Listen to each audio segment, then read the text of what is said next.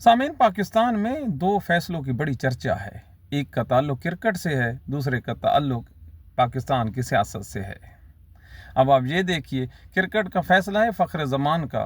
Cricketer कहते हैं कि उस गलत फैसले ने पाकिस्तान को हरा दिया, यानी एक गलत फैसला पूरे मैच को हरवा गया। तो भाई जी, दिल बड़ा कीजिए, इंसाफ कीजिए।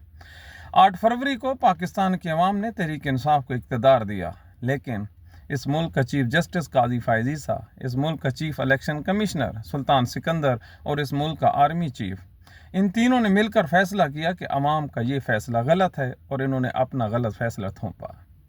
तो अगर एक अंपायर का गलत फैसला मैच हरवा सकता है, तो आपका ये जो फैसला है मुल्क को ऊपर ले जाएगा ना।